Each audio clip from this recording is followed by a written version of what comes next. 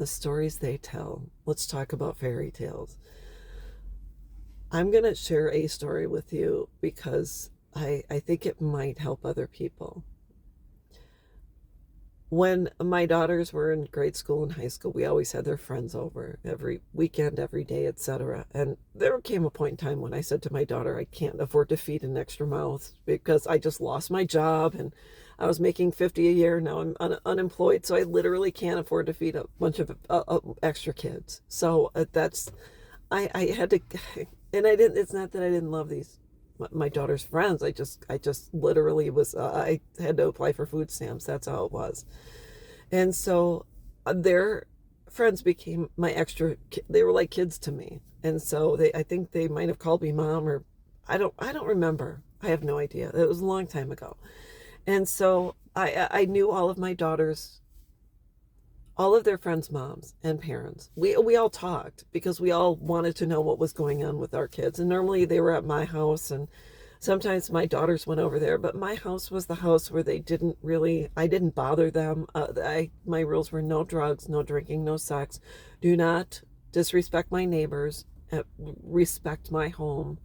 If you're out on the trampoline, don't scream and yell and you know, don't whoop it up. It's just, have respect for the neighborhood. So that's the way I go. And my oldest daughter had a best friend. Her first name started with Jay. So Jay, I knew her parents, and her parents were really super nice people. We all got along really well. And so Jay was at my house, and my oldest daughter and her were graduating, and it was senior year, and it was really exciting. And Jay came up to me and she said, I want to know after graduation if I can move in with you. And I still the work was not up to where it was before. And I said, well, honey, you would have to contribute because when each of my daughters turns 18, they have to contribute in some sort of way to the household, whether it's food or partial rent or whatever. And so she said, that's no problem. And I said, what's going on? She says, well, I don't want to stay at my house anymore. And I said, what's going on? And she said, well, my dad abuses my mom and he stabbed her last year. And I said, well, of course you can come and stay with me. I would never allow you to stay in that home. I can't even believe this. But I was struggling because I knew financially when child support was done, it's just the way it was. So because I knew Jay's parents, I decided to go over there one day because I figured if the situation is volatile and there's domestic violence, I wanted to let her mom know that I could help if she needed to go to the police or whatever. So I showed up and I said to her, I said, Jay asked to move in with me after graduation, and I love her, I do. And I said, but she expressed to me that your relationship is volatile and there's abuse, and that your husband stabbed you last year. And she said, oh, there's no domestic abuse here. Jay just doesn't want to follow the rules that we put in place. So I said, so you're okay? She goes, absolutely. My husband's never laid a hand on me. And I said, all right, I get it.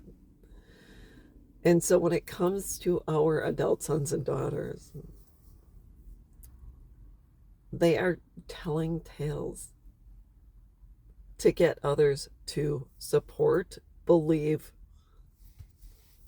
and do what they want. And not only that, feel sorry for them, that they were raised by quote unquote horrible parents like you and me. They ghost us. They go get married. They have new families out there. And I'm just, inquiring minds want to know. I always wonder, what is my youngest daughter telling her in-laws about me? And not only that, if she's telling stories about me, what do they believe about me? if my daughter's speaking about me, well, she told people I was dead. But if she's telling people I abused her and they can't. You'd think if just if are they going to verify just the same way I verified with Jay's parents? Are any of those people going to verify with me and knock on my door and say, is what your daughter's saying true?